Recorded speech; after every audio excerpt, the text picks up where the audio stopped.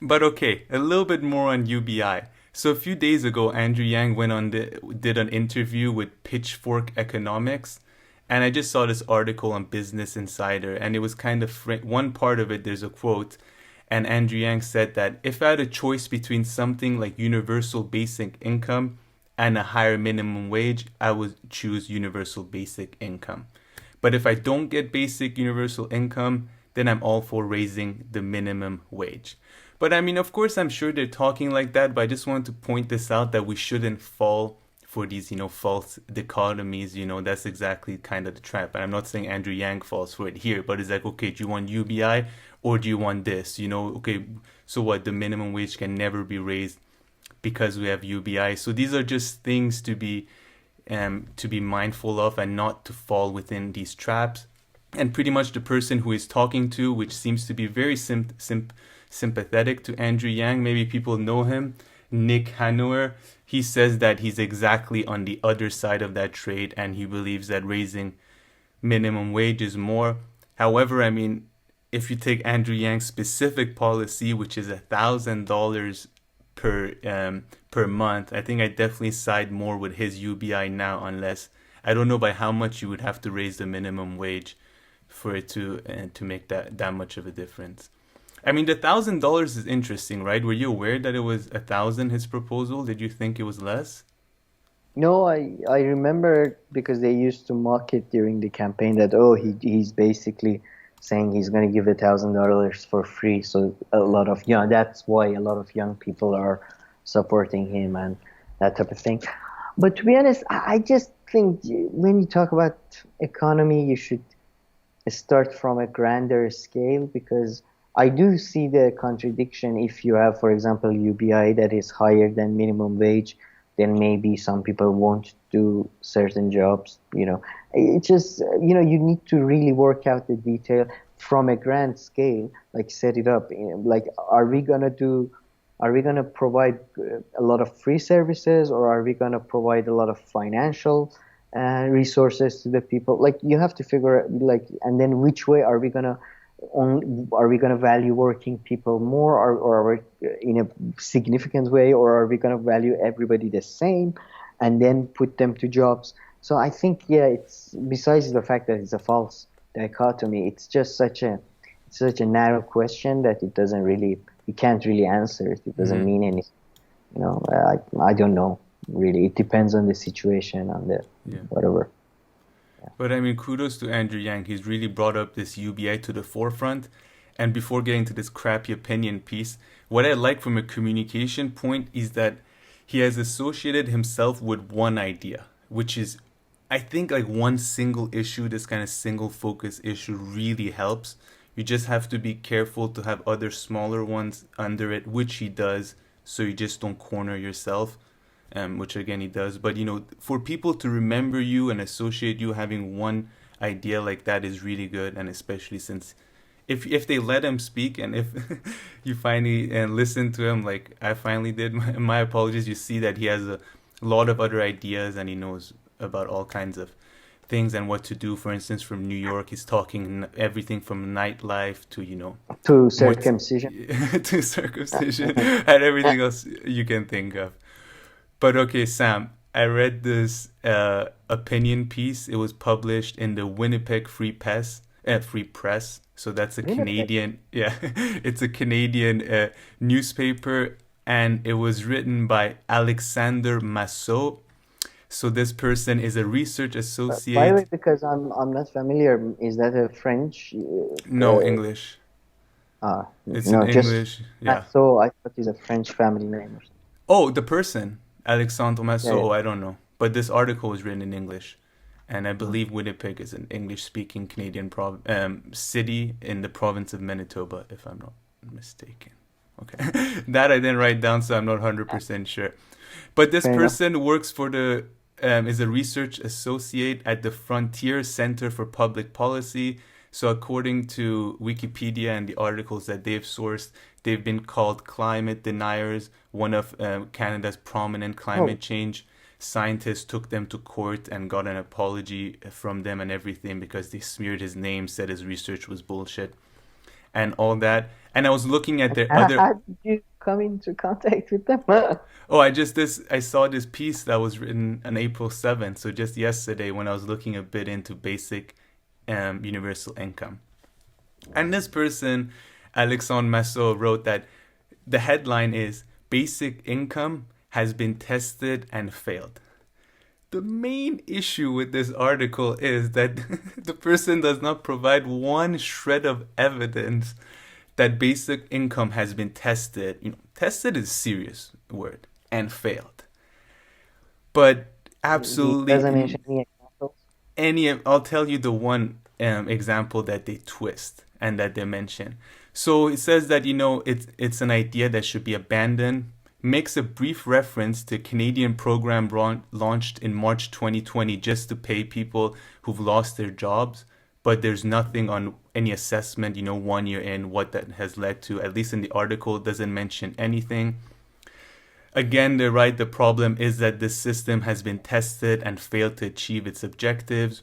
Where is that? Now the person, gives a few things, just general right-wing talking points that you can throw anywhere. Like, the problem is that someone will have to pay for this system.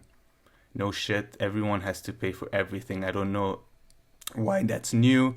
And then they write, moreover, the system's alleged positive effects remain to be proven, especially given the Finnish experiment's failure.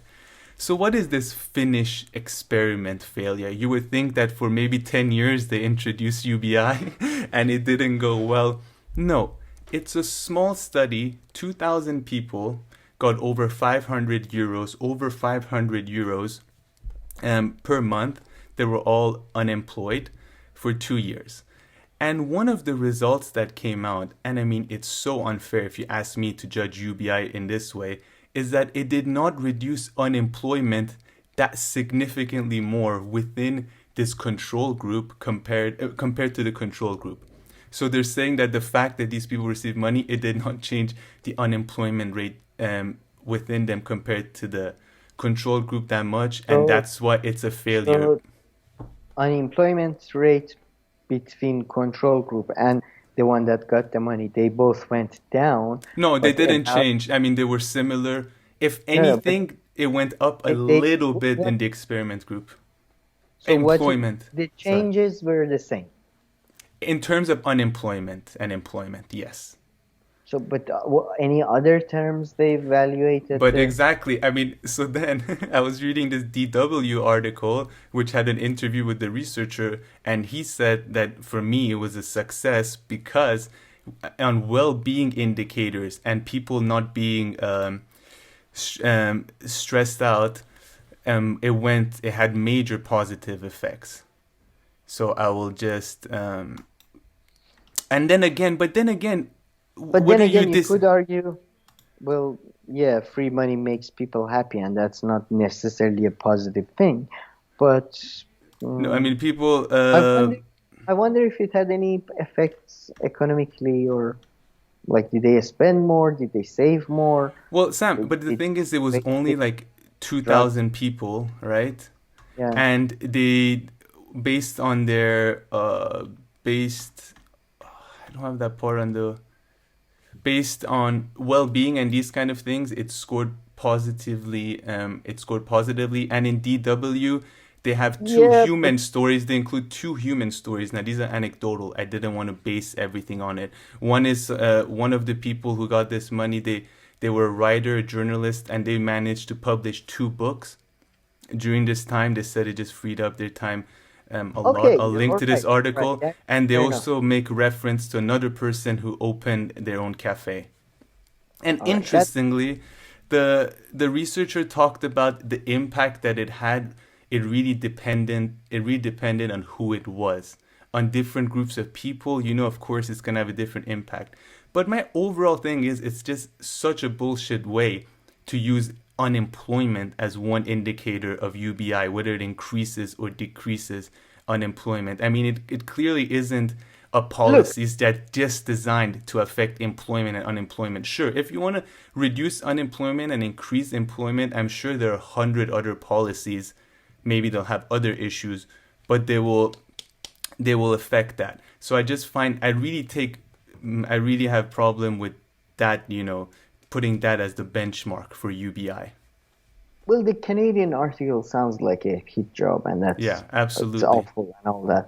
But I would say that well-being indicators are usually, in my experience, bullshit indicators, and more even bullshit indicator than unemployment. At least unemployment is something real, like how people feel or how much they're less stressed. I don't really care, and I don't think these are the things that can be quantified.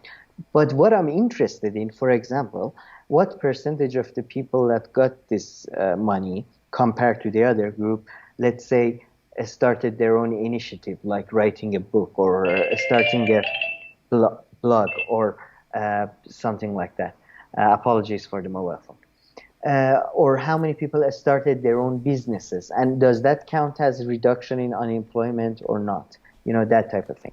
So, those things are real, and you can, the studies should be based on that. Well-being indicators, I'm not sure what they meant by that, so I don't want to completely dismiss them, but usually I don't, the stress went down, so what? Who cares? That's not important for the society. Or, they had more fun.